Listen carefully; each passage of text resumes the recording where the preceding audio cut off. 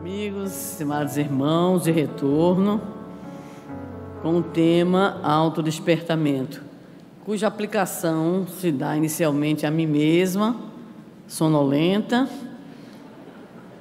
e vocês, obviamente, após o lauto almoço que eu soube que vocês tiveram a oportunidade de degustar.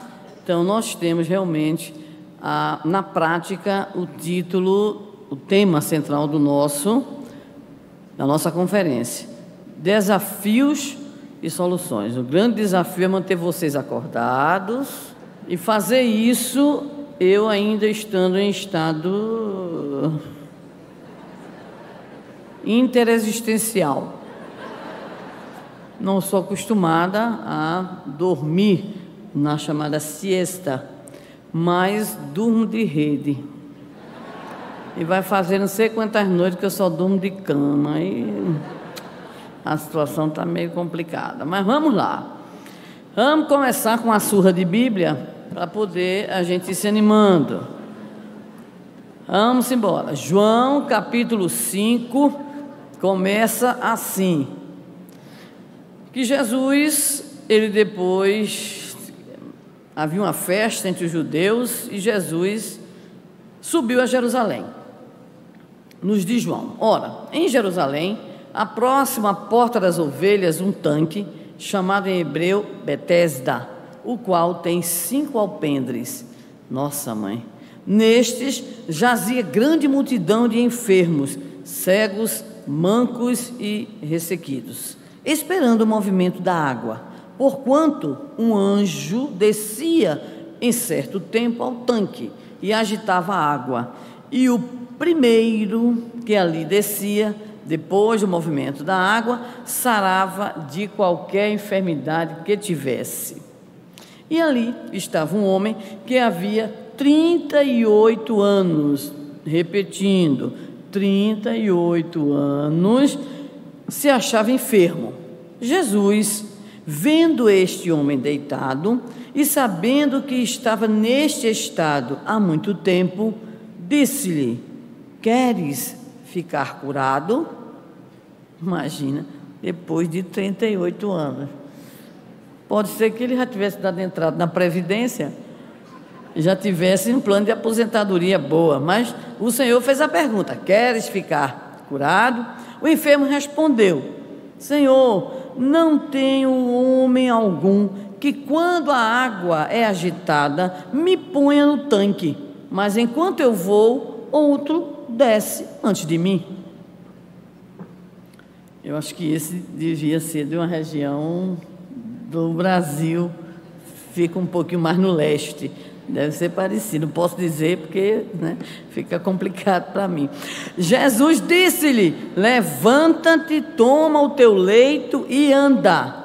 Logo, aquele homem ficou são e tomou o seu leito e andava. E aquele era dia de sábado. Então, os judeus disseram àquele que tinha sido curado: é sábado, não te é lícito levar o leito.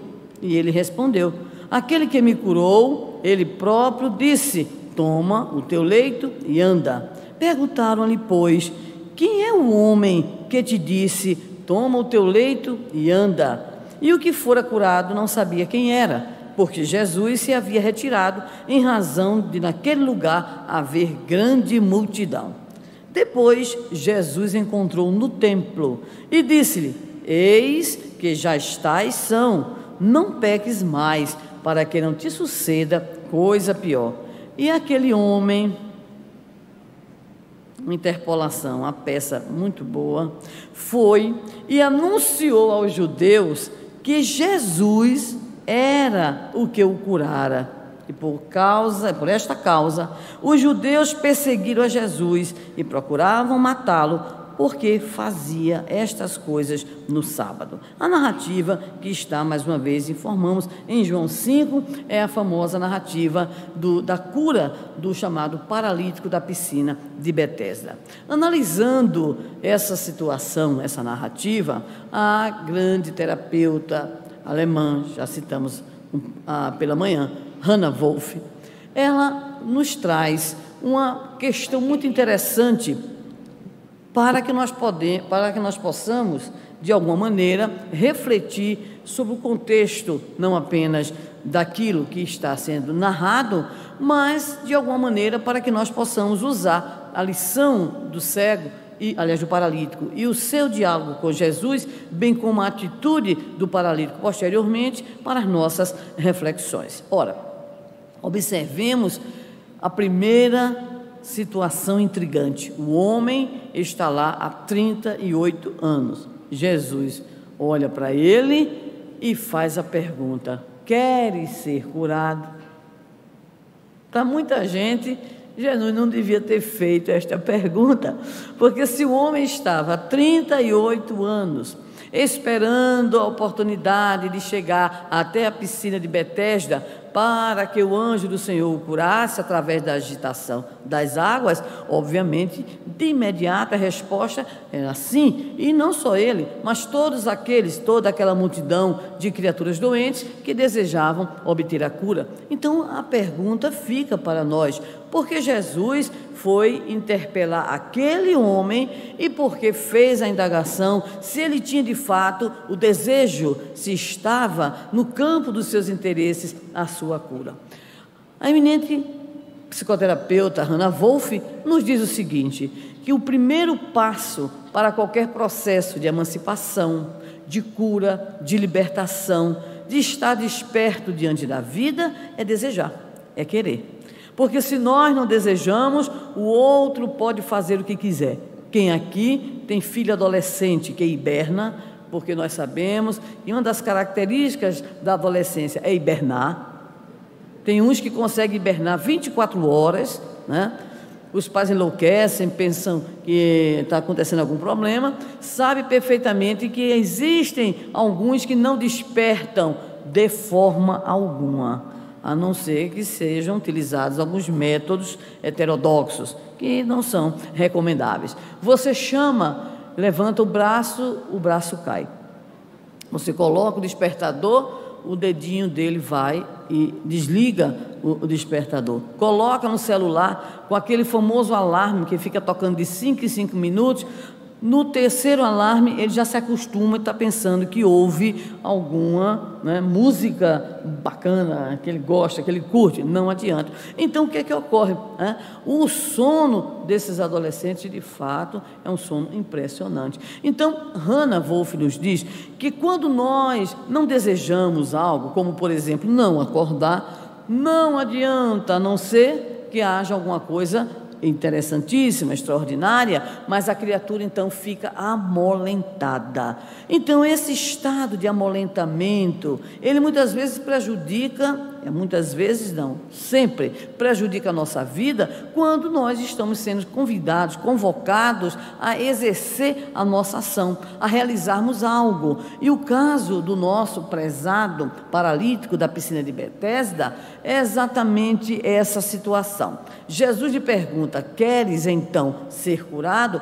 Porque o homem estava ali há exatos 38 anos, ou seja, uma existência inteira. Haveria de fato naquela pessoa o desejo, ele queria mesmo, ou ele estava no popular acomodado, estava ali numa boa, numa certa posição que nós diríamos de aceitação tácita diante da situação que ele vivenciava, não tinha planos, não desejava enfrentar nenhum desafio, porque afinal de contas ali dependeria da bondade, da caridade, da assistência pública dos transeuntes, daqueles que ali se encontravam, daqueles que ali passavam, e aí poderia ser que a sua atitude mental fosse a de avaliar como melhor a própria situação, ao invés de uma luta, ao invés de um estado agora de alerta, de despertamento, para que ele então pudesse obter a cura.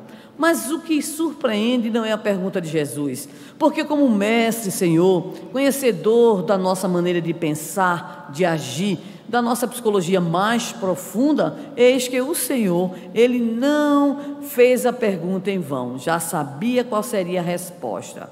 E a resposta do homem foi muito curiosa. Ao invés de, ao receber a presença daquele homem, que ele indaga: queres então ser curado? Obviamente que nós imaginamos que a resposta seria logo: sim, quero, mesmo que ele nem soubesse de fato sobre quem era Jesus, sobre a sua condição de criatura extraordinária, de um espírito que veio à terra para curar também, principalmente as nossas mazelas espirituais, mas que veio e auxiliou a tantos que o procuravam com as suas mazelas físicas, corpóreas. Ao invés de dizer logo de pronto que sim, para mostrar um estado então de despertamento, ou pelo menos de interesse pela sua própria situação, ele começou a falar dos outros.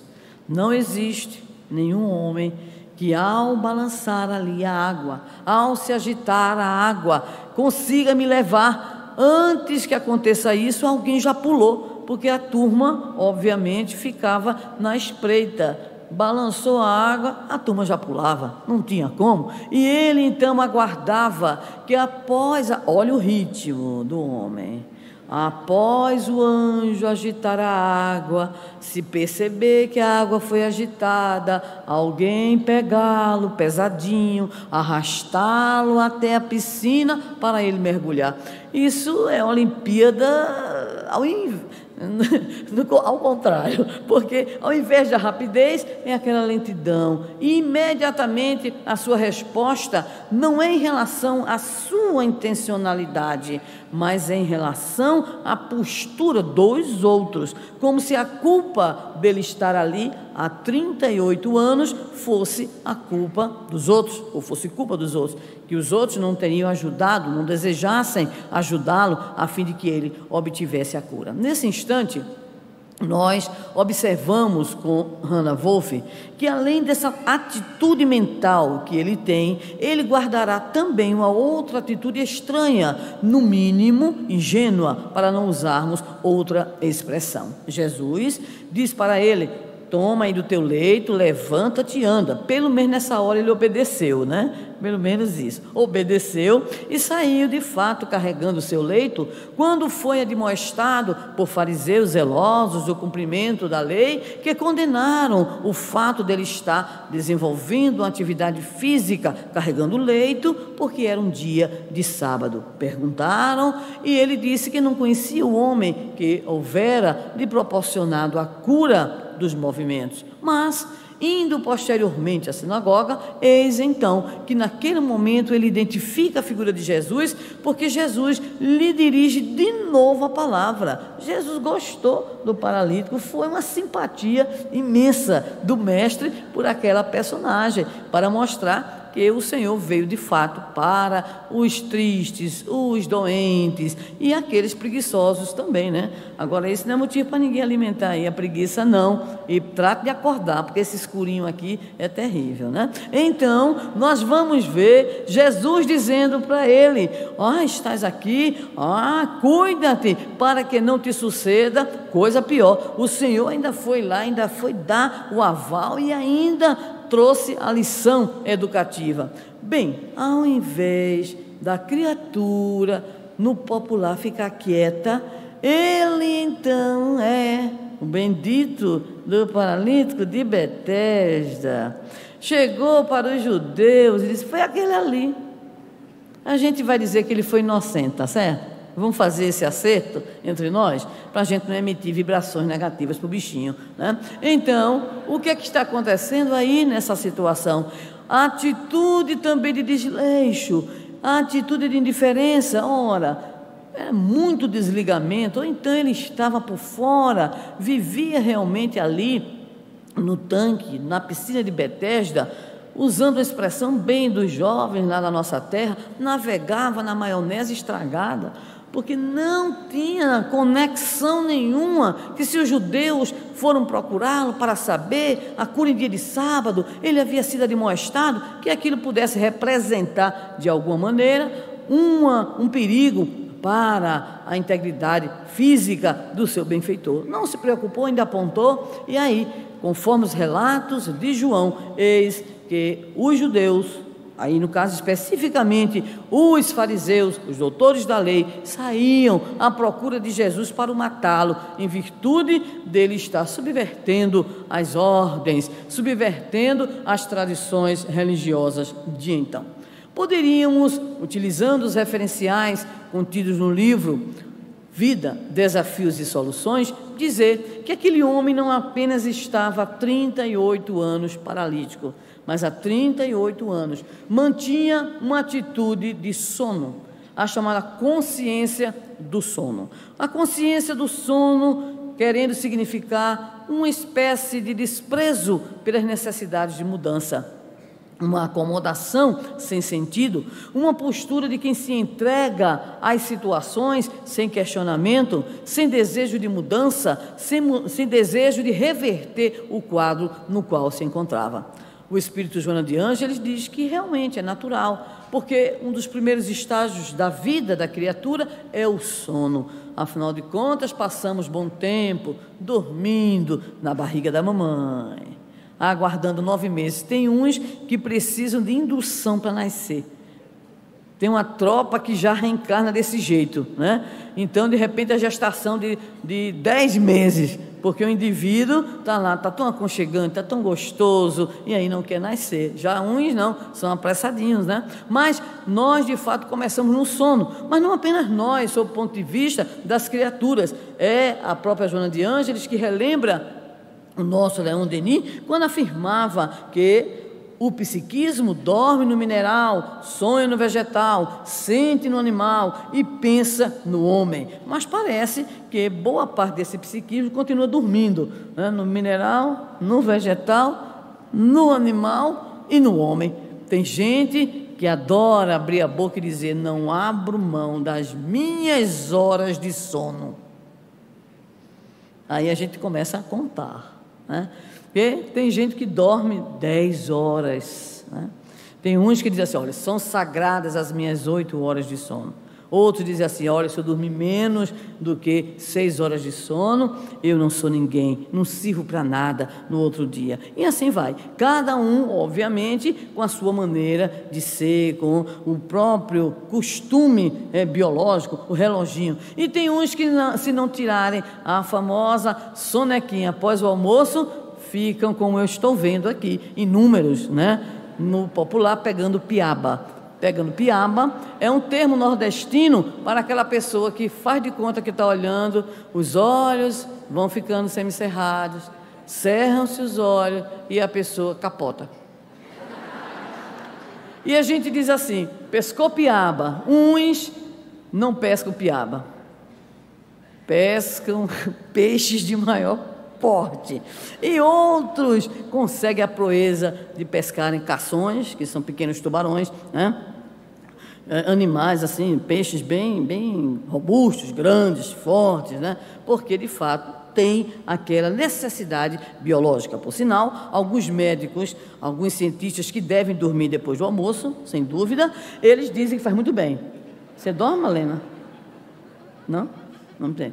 Muito bem. Então, nós não vamos discutir esse assunto, porque isso não se discute, porque é da natureza e do gosto de cada um. O que nós discutiremos é a noção de estar na consciência de sono e estar desperto. Mais uma vez, o Espírito Joana de Ângeles vai nos dizer que estar desperto representa uma atitude de emancipação do espírito, de luta desse espírito para estar em sintonia com as leis do equilíbrio. Representa esforço, representa tenacidade, representa lutar, porque o exercício de estar desperto é uma verdadeira luta. Porque a consciência de sono, como dissemos, é acomodação, é estar simplesmente adaptado à situação, é estar se sentindo bem da forma, do jeito como está, é não ter ideais, é não ter desejos de renovação e de mudança. Então, consequentemente, nós podemos dizer que a boa parte da humanidade que está no sono. E esse sono, ele também se apresenta multifacetado. Tem uns que têm uma espécie de sono curioso, muito curioso. É para o bem, para as coisas boas.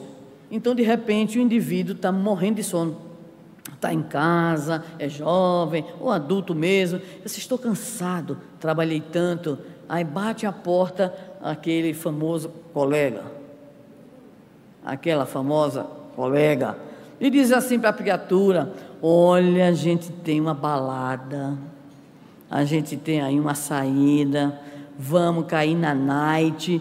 E a pessoa às vezes está deitada, literalmente, já com a chamada roupa de dormir, mas não consegue resistir. Então é interessante, tem um sono, mas para certas coisas tem uma agilidade, tem uma capacidade de se revigorar, de mudar o estado mental. Sai do estado mental da consciência de sono para a consciência da brincadeira. Ou seja, só faz uma pequena transposição. Então, há o sono daqueles que não apenas possuem esta necessidade, do ponto de vista biológico, mas também aquele que desperta, mas desperta não para certas atividades, mas para outras que apenas satisfazem também os seus interesses, os seus desejos, que enfim alimentam essa postura de descanso e de descaso diante das exigências da vida. Por essa razão, nós podemos dizer: boa parte da humanidade permanece dormindo. Dormindo por não aceitar o desafio de construir um mundo melhor. Dormindo porque está acomodado à própria maneira de ser. Dormindo porque não percebe as necessidades que aí estão batendo à nossa porta, numa sociedade que se caracteriza de modo bem constante, a nossa brasileira, de atitudes de violência. Encontramos, e basta para isso que possamos ter acesso a qualquer meio de comunicação de massa, e ficamos surpresos ao observarmos toda a problemática social envolvendo a violência de matizes os mais variados, e não apenas a chamada violência urbana, não apenas a violência da agressão, a violência do assassinato, do assalto, do sequestro, mas também a chamada violência simbólica, que vem através dos discursos, que vem através das falas, das expressões que alimentam as atitudes de discriminação, as atitudes de exclusão social, as atitudes de humilhação do outro, que se torna de repente inimigo de alguém porque apenas pensa diferente ou é diferente de fato daquele que de repente alimenta na sua intimidade a intolerância. Então, nós estamos vivenciando toda essa problemática, o meio ambiente cada vez mais trazendo ao homem os perigos que já se manifestam com os fenômenos que ocorrem e têm ocorrido, inclusive aqui mesmo chuvas, e há pouco tempo acompanharmos o noticiário, muitas chuvas em Curitiba, e lá em Natal teve terremoto. Alguém me perguntou: mas tem terremoto? Eu digo: sempre tem. Pequenininho a gente não sente, quando é maiorzinho é que a gente tem a oportunidade de perceber o que é a terrinha tremendo. Por sinal, uma sensação até de embalo. Vai embalando. Quando é pequenininho, vai embalando. Então tem gente que dorme nos terremotos, né? Porque gosta tanto de dormir, diz que legal, estão balançando a cama. Então, o balançar da cama é realmente o balançar da terra. Então, nós nos defrontamos com todos esses estados, que são estados de consciência, para simplesmente identificar que a criatura humana não se encontra de fato desperta para as necessidades de evolução, de melhoria e de mudança. Bem, por que será que a gente prefere então o sono ao trabalho, ao estar desperto? É porque superar essa chamada consciência de sono para um processo de autodespertamento, isso implica necessariamente algo chamado esforço, em algo chamado trabalho, na concepção que a própria doutrina espírita nos apresenta, ocupações úteis, ações úteis. Envolve principalmente uma necessidade que nós identificamos de perceber onde nós temos que concentrar o nosso esforço de superação. Ora, se a grande parte da humanidade está sonolenta, porque se compraz nessa condição evolutiva, nesse patamar de vibrações, nessa postura de assimilação das viciações, de manifestação dos seus equívocos e imperfeições, então a necessidade de acordar e de se esforçar passa a ser encarada pelo outro como algo extremamente complicado, algo difícil, algo exigente, algo que vai nos tirar no popular da nossa condição, da nossa situação, da nossa acomodação. Mas para isso existem algumas coisas importantes. Esse esforço, ele tem que primeiramente ser entendido, compreendido como necessário.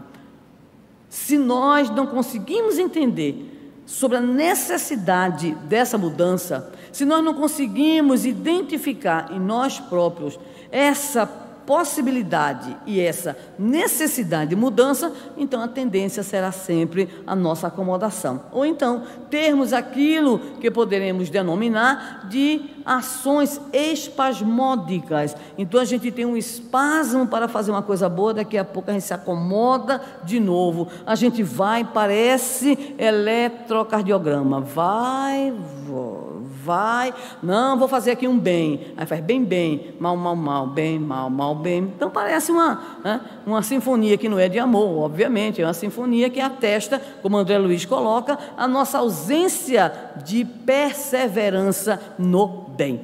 O Espírito Emmanuel tem uma mensagem chamada O Cristão no Mundo, que é muito interessante. Diz que quando muitas vezes a criatura, ela se sente chamada, ela percebe o chamamento para a sua mudança de atitude, ela vai naquele impulso natural próprio, daquele espírito que quer fazer a diferença, então ela vai, então começa a sua transformação. Aí todo mundo no entorno diz, pronto, agora deu, agora deu. Ou seja, a criatura começa a receber a crítica, o apodo, o desestímulo e, quando não, a cobrança. Tem que virar santo da noite para o dia, porque se não tiver essa atitude, então é como se não valesse a pena o seu esforço no sentido da conquista. Emmanuel diz então, pela mediunidade de Chico Xavier, que muitos são aqueles que até vislumbram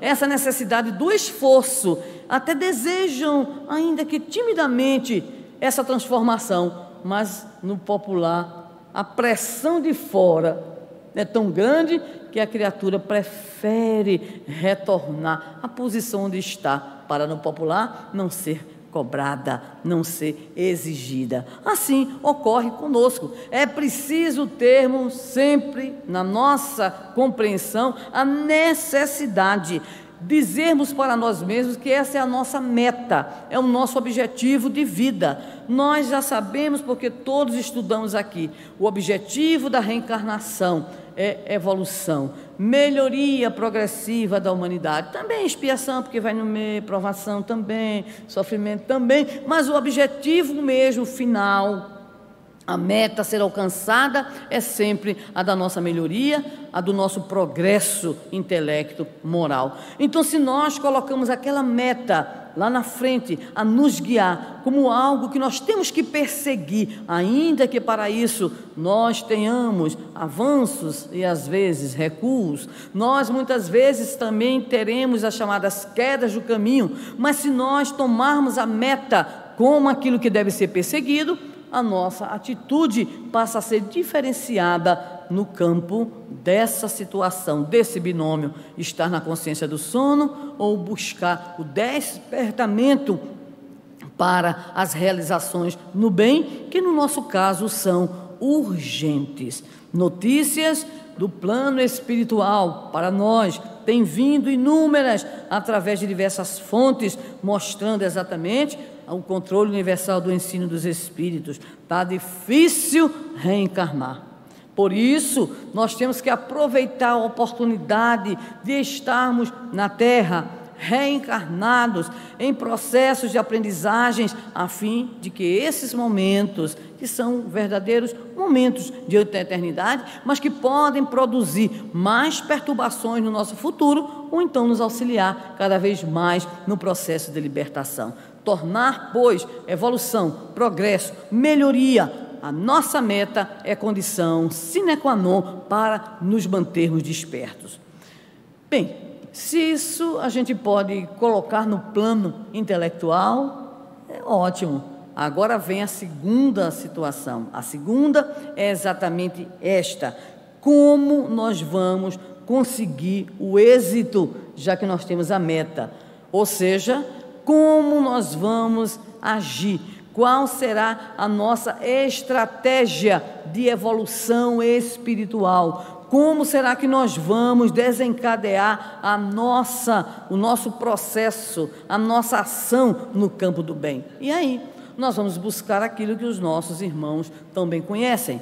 A questão que Allan Kardec propõe, que é respondida pelo Espírito Agostinho, conhecido como Santo Agostinho, dos pais da igreja, sobre o processo de autoconhecimento, porque ele indagará ao Espírito de verdade como é que nós podemos fazer para vencer essa inclinação que nós temos naturalmente de acomodação, de preguiça, como vencer em nós essas más tendências. E a resposta que todos nós conhecemos, um sábio da antiguidade já vos disse: conhece-te a ti mesmo. E Allan Kardec, porque mestre também, e como professor que lidou com experiências de aprendizagem de jovens principalmente, ele percebe que o como é uma questão fundamental. Às vezes nós temos clareza do objetivo e temos dificuldade de proceder ao encaminhamento das ações. Às vezes nós sabemos qual é a meta a atingir, mas temos profundas limitações no que diz respeito a como executar o caminho a fim de chegar àquilo que colimamos, àquilo que desejamos. Então,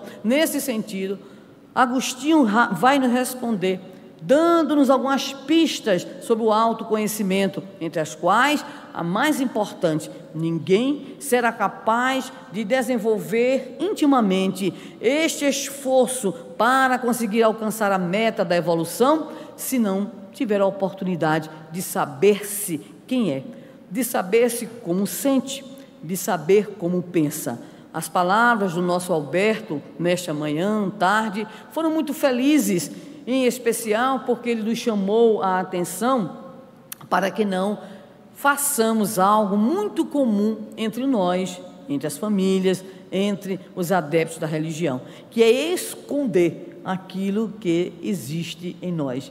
Com muitas dificuldades, nós nos apresentamos uns diante dos outros, apresentando tantas e tantas vezes aquilo que nós poderíamos denominar uma persona diferente daquilo que é o nosso self, usando aqui as expressões junguianas. Então é como se a gente de repente fosse espírita no centro, fosse espírita na sessão, fosse espírita apenas de fachada. Por esta razão, lá atrás, Jesus disse àqueles religiosos que se apresentavam assim: sepulcros caiados. Então nós temos que ter cuidado em buscar estabelecer a chamada coerência entre aquilo que somos intimamente e aquilo que apresentamos. Nós não podemos ser espíritas apenas na instituição, de fachada. Temos que ser espíritas no nosso ambiente profissional.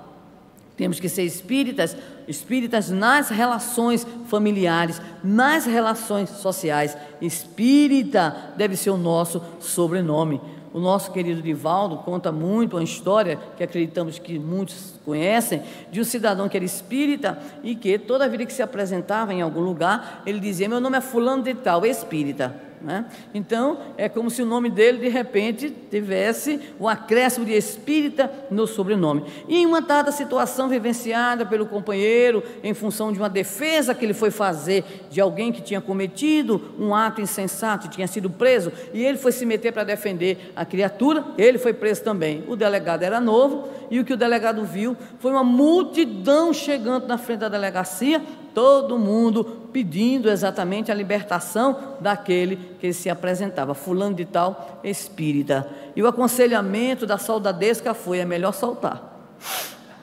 É melhor soltar, porque a turma pode até derrubar aqui a delegacia para tirar, porque este homem vive de fato aquilo que prega. Então, quando nós de fato conseguirmos encurtar a distância entre o progresso intelectual que já fazemos pela aceitação das ideias, das propostas, dos valores, e o progresso moral efetivado no nosso esforço no bem, nós estaremos então no caminho verdadeiro. Então o autoconhecimento é a chave do progresso individual. Somente aquele que se autoconhece é capaz então de começar a encontrar o chamado caminho que conduzirá definitivamente ao encontro com os ideais de Jesus, com os valores emanados do Evangelho.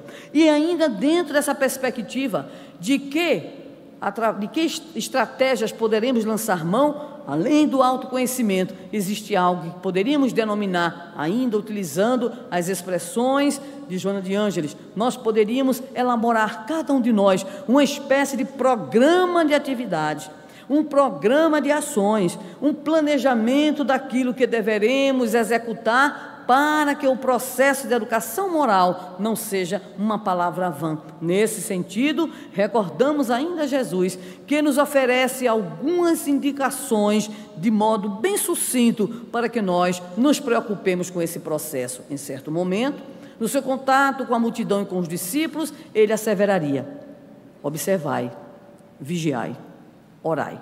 3 verbos.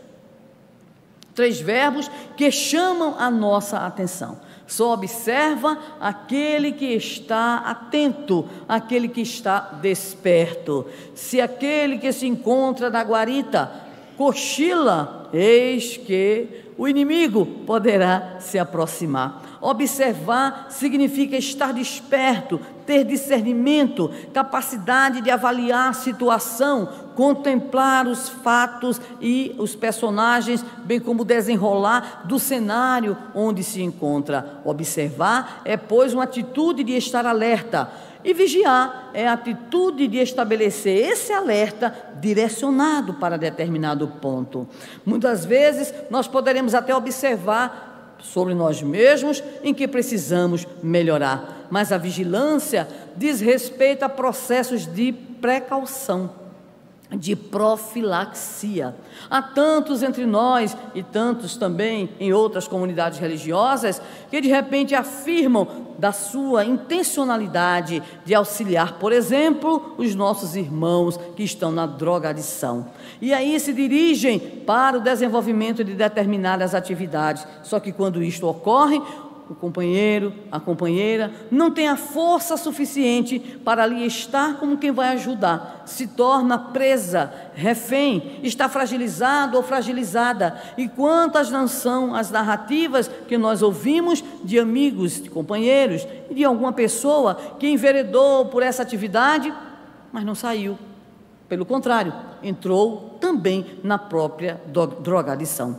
Há aqueles que muitas vezes dizem: isso não me afeta, essa ou aquela situação, esse ou aquele ambiente, e quando se vê, a criatura está então envolta nas dificuldades, nos perigos, e aquilo que critica é aquilo que realiza, e aquilo que dizia não mais está acessível em termos de fragilidade moral, e daqui a pouco a criatura resvala, porque não teve a suficiente coragem da vigilância. Observa, mas não vigia. A vigilância requer então uma atenção pontual. Se sou pessoa egoísta, como todos nós somos, de modo geral, se somos pessoas orgulhosas, vaidosas, ciumentas, invejosas, é necessário que neste mergulho interior seja pontuado por nós aquilo que de fato somos. Isso significa identificação da sombra interior, conforme Hannah Wolff, e nós também já citamos este item. Identificar a sombra é ter a chamada coragem moral, e a coragem moral, ela exige de cada um de nós uma atitude de desejo de mudança, porque não basta constatar a nossa defecção, nossa imperfeição, o nosso vício. É imperioso que, ao identificar, que é sem dúvida alguma o primeiro passo, nós alimentemos interiormente o desejo de combater, de transformar e de mudar. Então, o vigiar significa principalmente a identificação pontual das nossas dificuldades, dos nossos erros, para que então a nossa vida, o nosso cotidiano, o nosso agir possam se converter em verdadeiras antenas, para que nós identifiquemos onde nós poderemos cair e aí tenhamos mais prudência, tenhamos uma atitude de maior reserva pessoal, a fim de não resvalarmos pelos caminhos que nós já identificamos serem os caminhos da nossa fragilidade.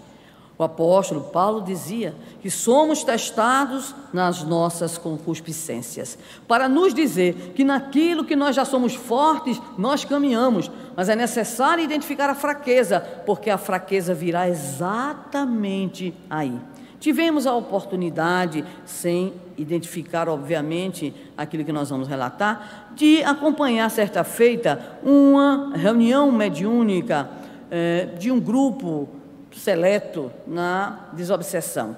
E esta reunião, ela possuía médios de grandes possibilidades, de grandes espaços mediúnicos. E nessa reunião nós identificamos uma fala vinda através, inclusive, do nosso irmão Divaldo Pereira Franco, acerca de uma trama, que um grupo de companheiros espíritos no plano espiritual estavam organizando para um determinado irmão do movimento espírita, irmão esse que trouxe grandes contribuições ao movimento espírita pela sua lucidez. E nós que não somos muito participantes de atividades mediúnicas, mas a convite estivemos presentes nesse momento.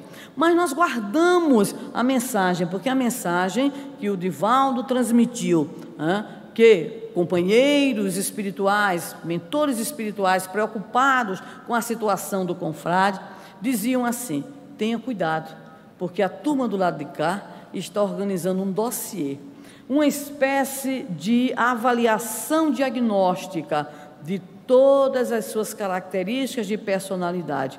E eles disseram: se prepare, porque a queda é só uma questão de tempo.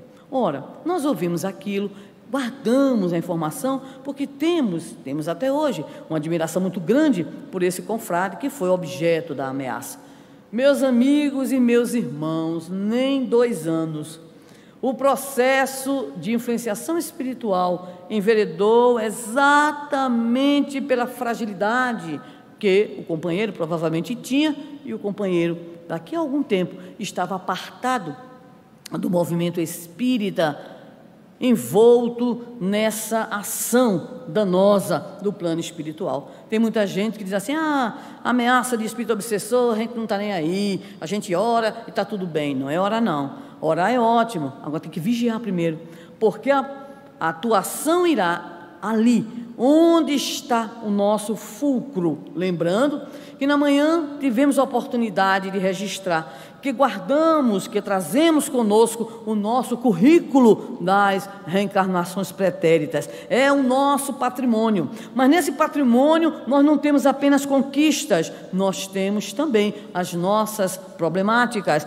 as nossas fragilidades, os nossos problemas. E por esta razão, quando Jesus nos conclama a observar e a vigiar, Ele está nos alertando sobre a fragilidade nossa, sobre o ponto no qual seremos atingidos, testando então a nossa própria vontade, testando o nosso esforço. Mas aí vem, para completar, a oração. Não a oração simples, não a oração mecânica, não a oração gestual, mas a oração profunda, a oração que se reveste por parte daquele que ora de uma atitude de seriedade, de serenidade, de entrega e também de súplica. Nesse sentido, há uma outra passagem do Evangelho que nos ajudará bastante também a refletir em torno do despertamento próprio. A passagem está numa parábola narrada por Jesus, conhecida por todos nós, que é a famosa parábola do fariseu e do publicano. 2 homens, narra o Senhor, subiram ao templo para orar. Eis que um era um publicano e o outro era um fariseu. O publicano, envergonhado, porque não era muito bem quisto, era cobrador de impostos, era o famoso leão, né, que nós todos conhecemos aqui.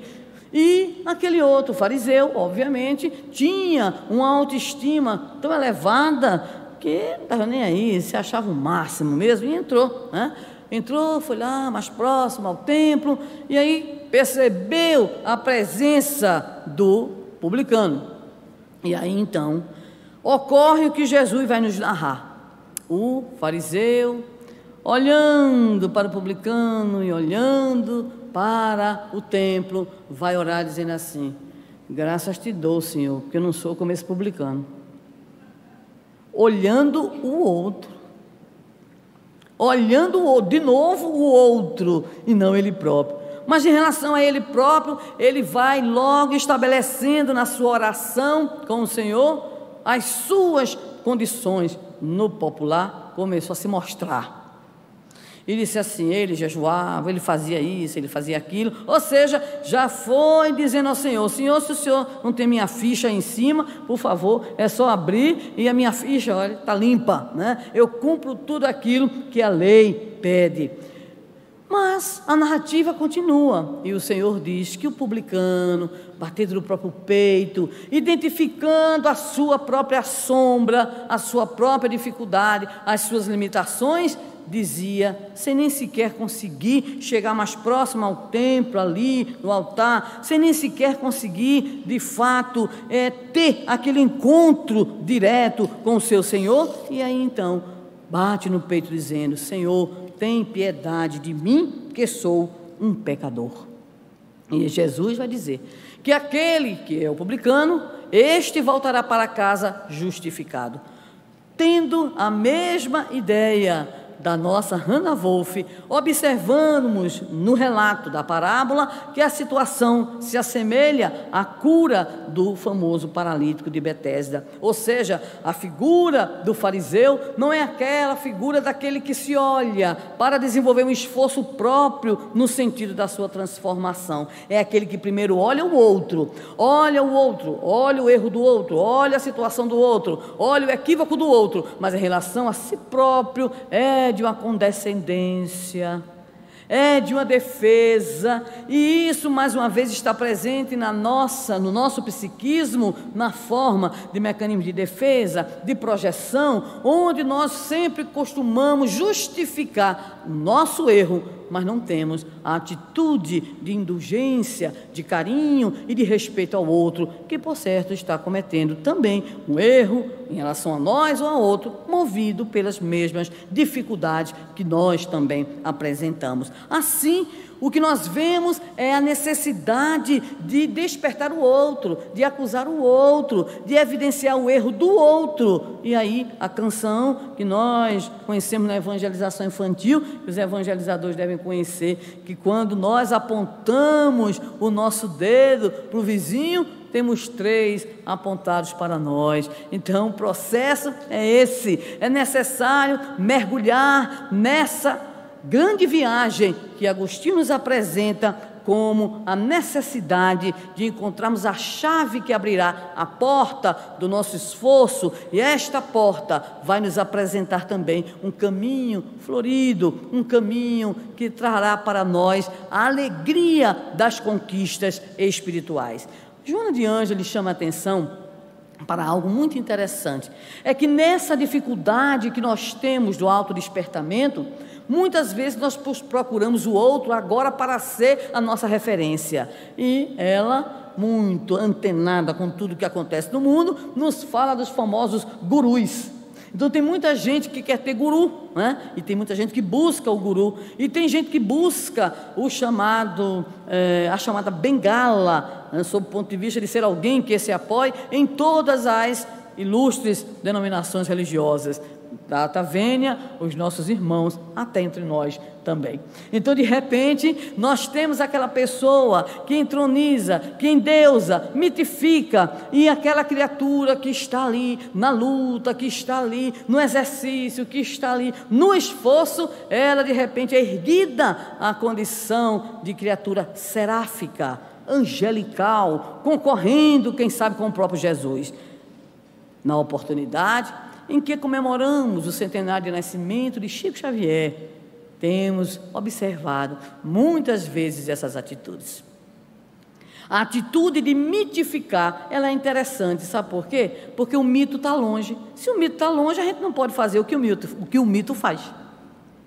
E nós temos que exercer uma postura não apenas de reconhecimento, mas uma postura de aplicação daquilo que entendemos que é a exemplificação do outro para nós, para a nossa vivência. Então, se nós mitificamos, não só a figura de Chico, tem outros mitos também já bastante consolidados no movimento espírita, isso significa que aquele que assim olha para o irmão está olhando de uma forma que não é fraterna, é a forma de endeusamento, é a forma de dizer que o outro é diferente em natureza, que o outro faz aquilo que ele não pode fazer. E aí nós escorregamos numa situação muito difícil, porque estamos então projetando no outro aquilo que nós queremos ser, mas dizendo que o outro tem as condições de excelência que nós não temos. Nesse momento, nós nos acomodamos. Então, nós somos convidados, com todo carinho, nós dizemos isso, porque também temos um encanto com a figura de Chico Xavier, mas nos preocupa, muitas vezes, o que temos escutado, o que temos visto, essa tentativa de beatificação, santificação, canonização, porque isso significa que nós não trazemos para nós aquilo que é o mais importante, que é onde, em que momento da vida dele, que lições aprendo com a lição do outro para aplicar a mim mesmo. Aí está a grande homenagem que, sem dúvida alguma, todos poderemos fazer a Chico Xavier e a tantos outros que aprendemos a amar e a admirar, em que podemos também atuar, agir. Que lições aprendemos com aquele outro companheiro, para que nós possamos interiormente nos decidirmos nas nossas metas de realizações. Estamos a pronunciar essas considerações também porque ouvimos muitos companheiros dizerem assim: ai, saí da casa espírita, não aguento a casa espírita, não aguentei os espíritas. E aí, o que foi que houve? Não, aconteceu isso, aconteceu aquilo outro. Mas nós encontramos pessoas que inclusive labutaram conosco no movimento espírita há algum tempo e dizem assim: estou decepcionado ou decepcionada com a doutrina espírita. E quando nós começamos a tentar saber o que foi que aconteceu, descobrimos que não é um problema doutrinário. O problema é que a pessoa mitificou, no sentido de considerar que tal pessoa, um evangelizador, um coordenador, um dirigente, um orador, um médium, de repente, essa criatura passa a representar integralmente a doutrina. E aí o outro diz: me decepcionei com a doutrina. Não se decepcionou com a doutrina, se decepcionou com os que tentam, os que lutam também para praticar a doutrina. Isso, ainda observando o pensamento de Joana de Ângeles, é a nossa imaturidade espiritual, é a nossa imaturidade psicológica nos processos constantes de transferência da responsabilidade do nosso próprio esforço, que deve vir para com o outro. Ainda, observando as lições do Evangelho, Jesus nos apresenta uma outra situação muito curiosa, que mais uma vez nos fustigará para a necessidade do despertamento. Ele perguntará: como é que consegues ver um cisco no olho do teu irmão e não consegues enxergar a trave? Mais uma vez, é o nosso mecanismo de projeção, é o nosso mecanismo que vai colocar no outro a responsabilidade, ou identificar no outro o defeito, a problemática. Então nós vemos o cisco no outro pequenininho e não vemos a trave no nosso. Mais uma vez, a necessidade de sairmos da condição de consciência de sono, projetando nos outros as nossas falhas, colocando para os outros o esforço que é nosso, e a necessidade que se mostra de que, de fato, identifiquemos a nossa trave. A trave implica a significação da nossa própria limitação. A identificação das nossas dificuldades, a identificação daquilo que precisamos enfrentar com coragem, com o apoio, obviamente, dos nossos mentores espirituais, com o estudo, com a dedicação, com o trabalho, com o exercício da prática do bem junto às nossas casas, às nossas instituições, com o exercício das virtudes, a humildade, a solidariedade, a compaixão, a tolerância. São ações renovadoras, porque nós estamos preocupados com como, sabemos a meta a atingir, e aí a segunda questão, a qual estamos ainda em desenvolvimento, o como nós vamos ter e chegar, se não temos ainda, a uma atitude de despertamento diante das situações que enfrentamos na vida.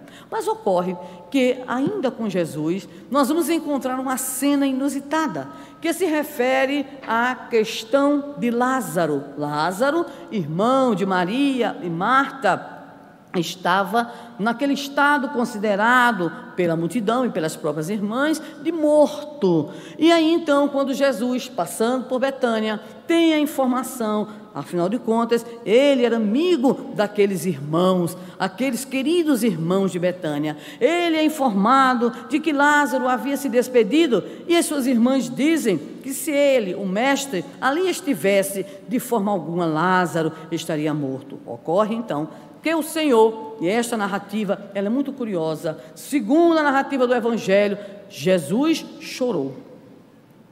Até hoje eu fico perguntando por que foi que Jesus chorou, né? Tem uma razão, eu vou ler do lado de lá, se Deus quiser, a versão completa, né? Mas Jesus chorou. Penso, talvez, na minha limitação, que Jesus chorou pela nossa própria limitação e fragilidade, porque ele diria logo em seguida: mas ele não está morto, ele apenas dorme.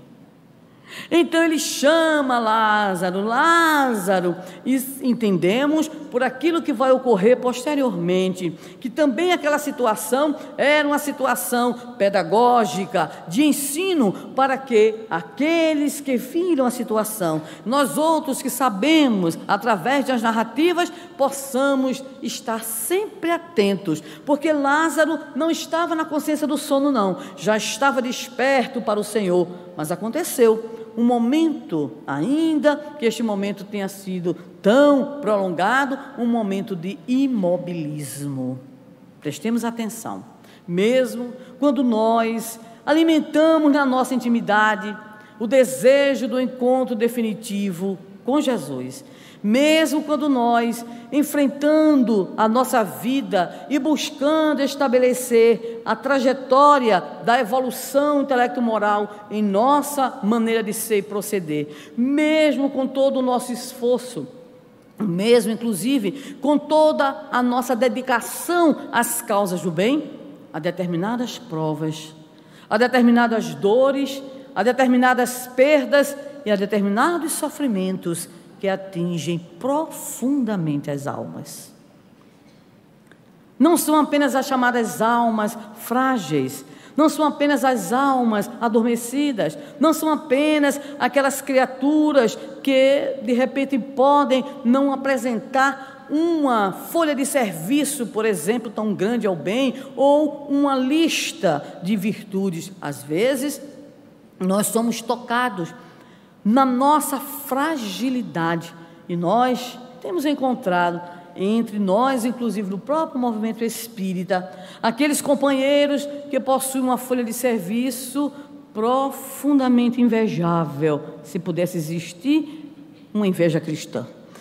E essas criaturas enfrentam às vezes sofrimentos acerbos, decepções extraordinárias que pesam no chamado ânimo do trabalho e da atividade. Por isso, ainda que tenhamos em nós a certeza do nosso esforço, ainda que tenhamos em nós essa meta de atingirmos a nossa plenitude, continuemos também exercitando a vigilância constante, porque muitas vezes, de onde menos esperamos, chega a crítica ácida, a palavra que é maldita, maldita e maldita, nos dois sentidos, né?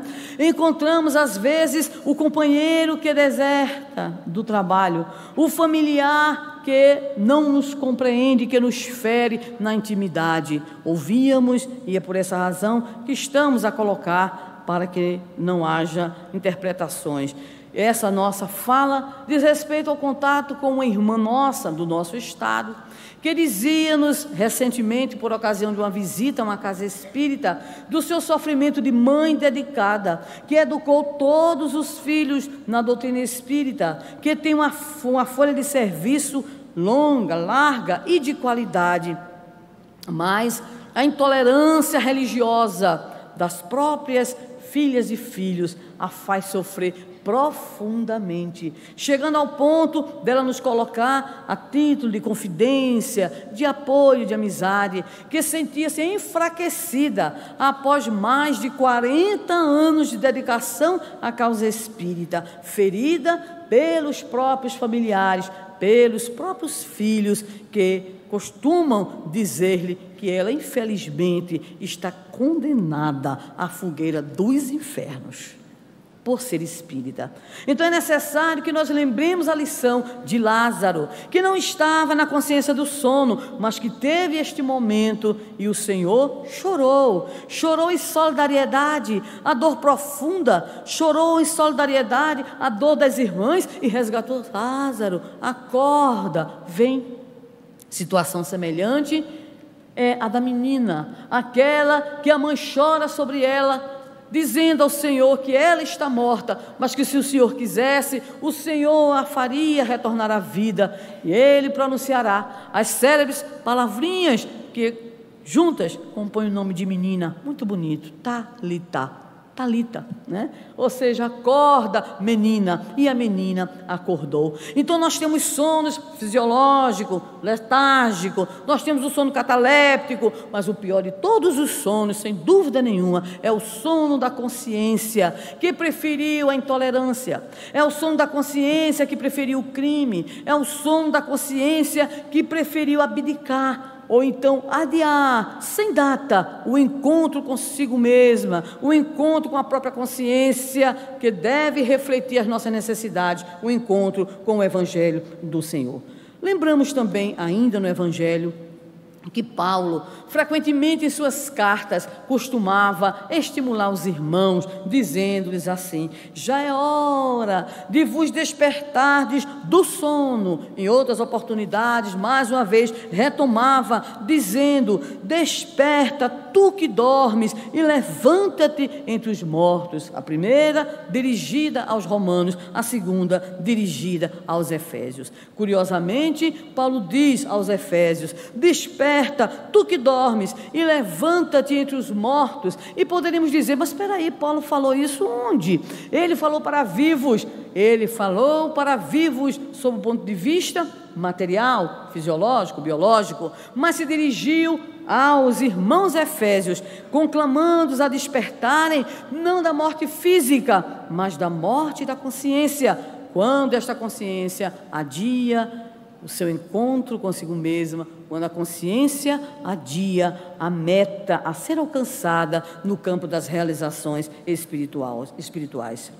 Por isso mesmo, encontramos ainda no texto em Vida, Desafios e Soluções, Joana de Ângeles a nos dizer que despertar, mais uma vez, é sempre muito doloroso, porque é difícil o abandono dos chamados hábitos enraizados.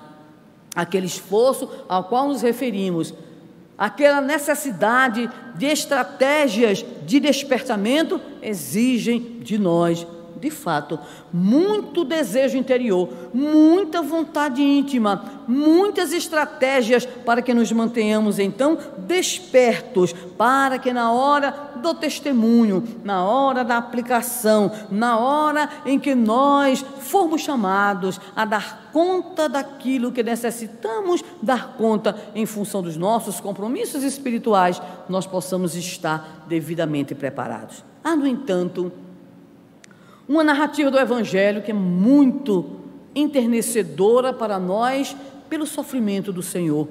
É o Senhor que se dirige ao horto, ao Monte das Oliveiras, a fim de orar.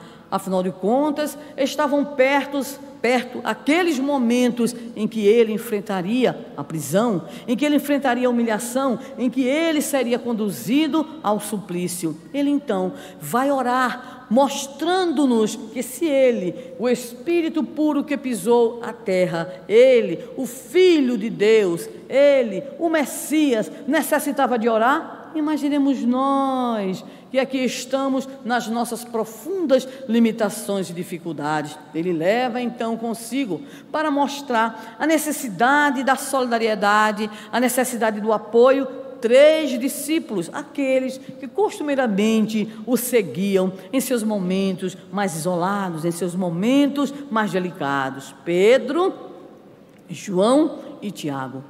E disse para eles, convidou-os para que pudessem orar com eles.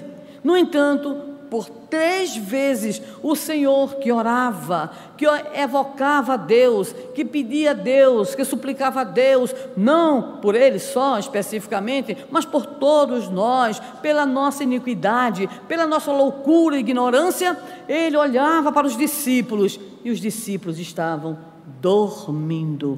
Não era só o sono fisiológico, porque o Evangelho não nos traz apenas as lições exatas, lineares. É preciso entender que naquele momento o sono dos próprios discípulos do Senhor, os 3 que a gente diria, os queridinhos, os chamados pelo Senhor para acompanharem mais diretamente alguns de seus momentos e situações, foram exatamente aqueles que adormeceram. E no último momento Jesus apenas lhes diz: agora é tarde.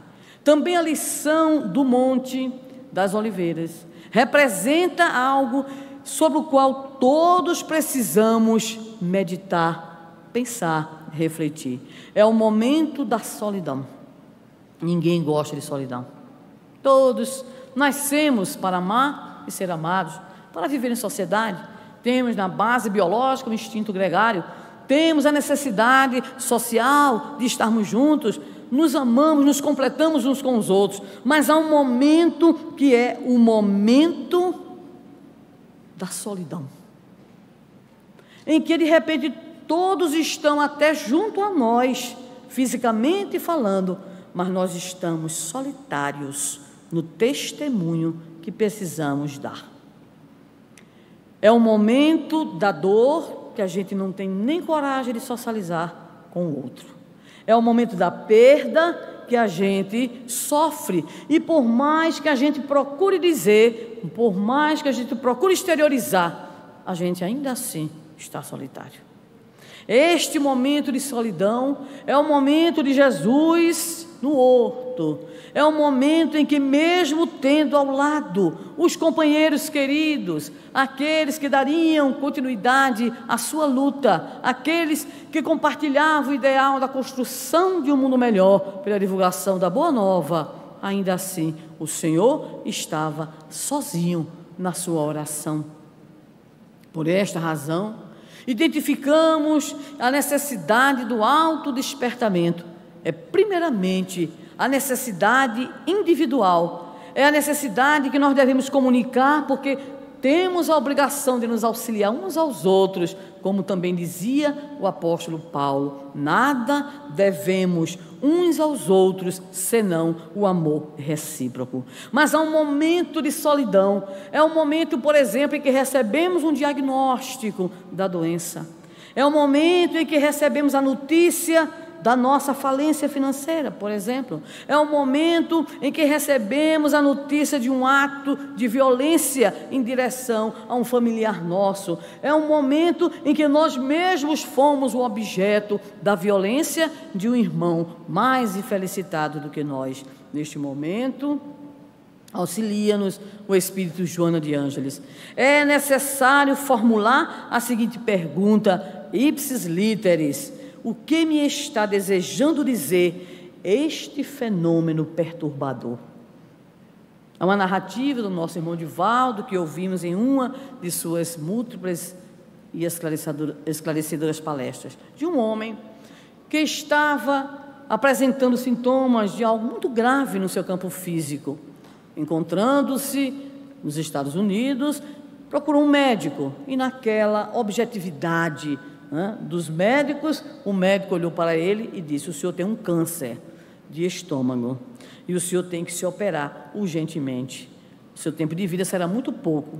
Ele olhou para o médico e disse assim: mas eu sou paisagista e a primavera está chegando. O médico olhou para ele, deve ter dito: esse devia operar outra coisa, né? Mas disse para ele: mas o senhor não pode, o senhor não tem condições, o senhor quer voltar aqui quando? Não, quando passar a primavera, eu sou paisagista, é hora de trabalhar, de embelezar a cidade, eu tenho meus projetos. Então o senhor assina um termo de responsabilidade, fixou o nome do cidadão para poder não levar um processo, né? E aí então, algum tempo depois, a atendente diz: doutor, lembra-se daquele homem que esteve aqui, o paisagista? Sim, deve estar morto, senão ele está aqui na porta, aqui no consultório, na sala. Disse: como? O homem está aí? Sim, o homem está aí. Quando ele entrar, o homem entrou e disse: doutor, eu agora vim fazer a cirurgia.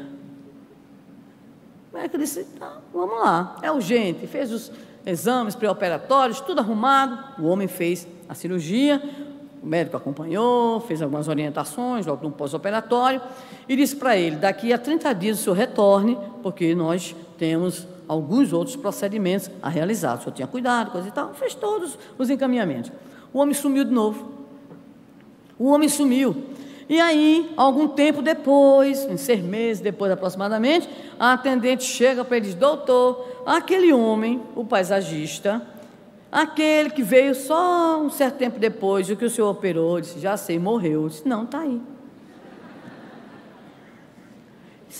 Ele chamou o homem: se o senhor está aqui. Pois é, doutor, o senhor me desculpe, eu tive alguns trabalhos, algumas atividades do paisagismo, e eu vim agora perguntar ao senhor o que é que eu posso comer. O médico disse para ele: o senhor pode comer o que o senhor quiser. 6 meses depois, o senhor está vivo, então o senhor pode continuar comendo. Agora o senhor vai me responder uma coisa: como é que o senhor, com um câncer, o senhor está aqui na minha frente, não cumpriu o prazo para a cirurgia, não cumpriu o prazo pós-operatório, eu quero que o senhor me diga o que é que o senhor fez. E ele respondeu: quando eu saí daqui, no primeiro dia com o diagnóstico, fiquei atormentado. A notícia me perturbou profundamente. Mas aí, quando eu cheguei em casa, eu decidi conversar com o câncer. O médico deve ter dito: esse realmente é uma beleza, né? E ele disse que olhou-se no espelho e perguntou: câncer, o que você quer me ensinar? O que você quer me dizer? Em que eu tenho que melhorar? Que nova pessoa você quer me ensinar a ser? E foi assim, doutor, dialogando permanentemente com ele, que identifiquei algumas coisas que deveria mudar na minha vida, algumas coisas que eu deveria me proporcionar, algumas mágoas que deveria extirpar da minha intimidade. E eu estou aqui. E o doutor disse: aprendi uma grande lição, siga em paz. E de fato o homem seguiu. O comportamento do equilíbrio é exatamente assim. A criatura que se autodespertou diante da dor, do sofrimento, ela não é indiferente, nem acomodada, nem é uma criatura alienada. Ela desenvolve essa atitude de indagação. O que é que este fenômeno perturbador, o que é que esta situação está querendo me ensinar? Este comportamento proporciona segurança, harmonia, equilíbrio e, por que não dizer, proporciona aquilo que denominaríamos de coerência. A criatura que atinge, pois, a esta capacidade, a esta condição de equilíbrio, é alguém que conseguiu não apenas identificar o que já fez, não apenas identificar a sua sombra, mas alguém que também conseguiu perceber a luz que tem para desenvolver o futuro, os ideais e as metas. É alguém que, mesmo estando com os pés encharcados no chão, na lama, consegue contemplar as estrelas que coruscam no zimbório, a fim de proceder esta revolução interior, a qual Leon Tolstói denominava de revolução da alma, para atingir então o equilíbrio, para atingir então a identificação das suas próprias necessidades, para refazer os caminhos, para identificar os equívocos e principalmente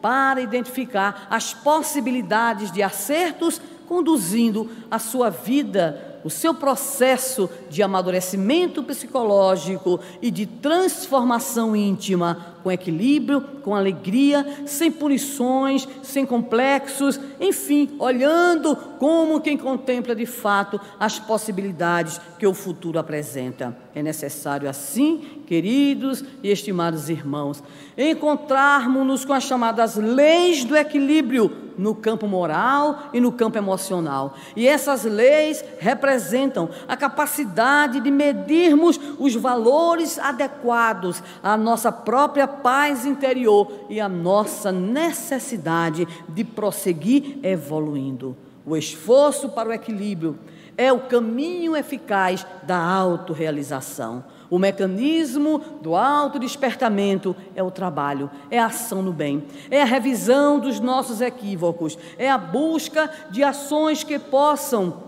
representar na nossa experiência a aprendizagem da lei divina ou natural, a única que nos conduzirá à felicidade verdadeira. Para que nós encontremos finalmente este momento de autodespertamento, para que nós possamos viver este equilíbrio, 3 elementos são apresentados como recursos pela nossa querida Joana de Ângeles: paciência, perseverança, autoconfiança. E se nós conseguirmos, pelo menos no exercício diário, cotidiano, pelo menos iniciarmos esta programação que nós deveremos estabelecer intimamente da nossa condução interior para o caminho do bem, nós estaremos então nos separando, nos libertando da consciência de sono, permanecendo despertos, porque estar desperto, finalmente, é estar aberto ao novo, é estar observando, vigiando, orando e agindo. É descobrir a possibilidade que cada um de nós tem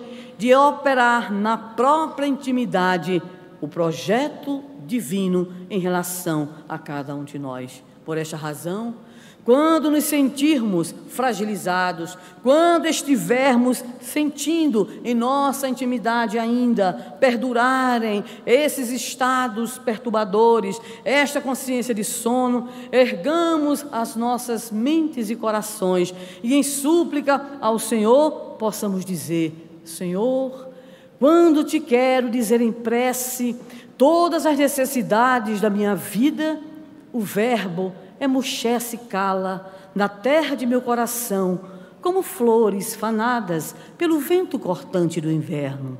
Mesmo assim, meu mestre e meu Senhor, eu te suplico forças para encontrar a sabedoria para vencer a força das minhas paixões e a paixão do amor para ter a força da sabedoria que me faça estar sempre sob a tua vontade, desperto, livre, caminhando, Senhor, em tua direção. Muito obrigada.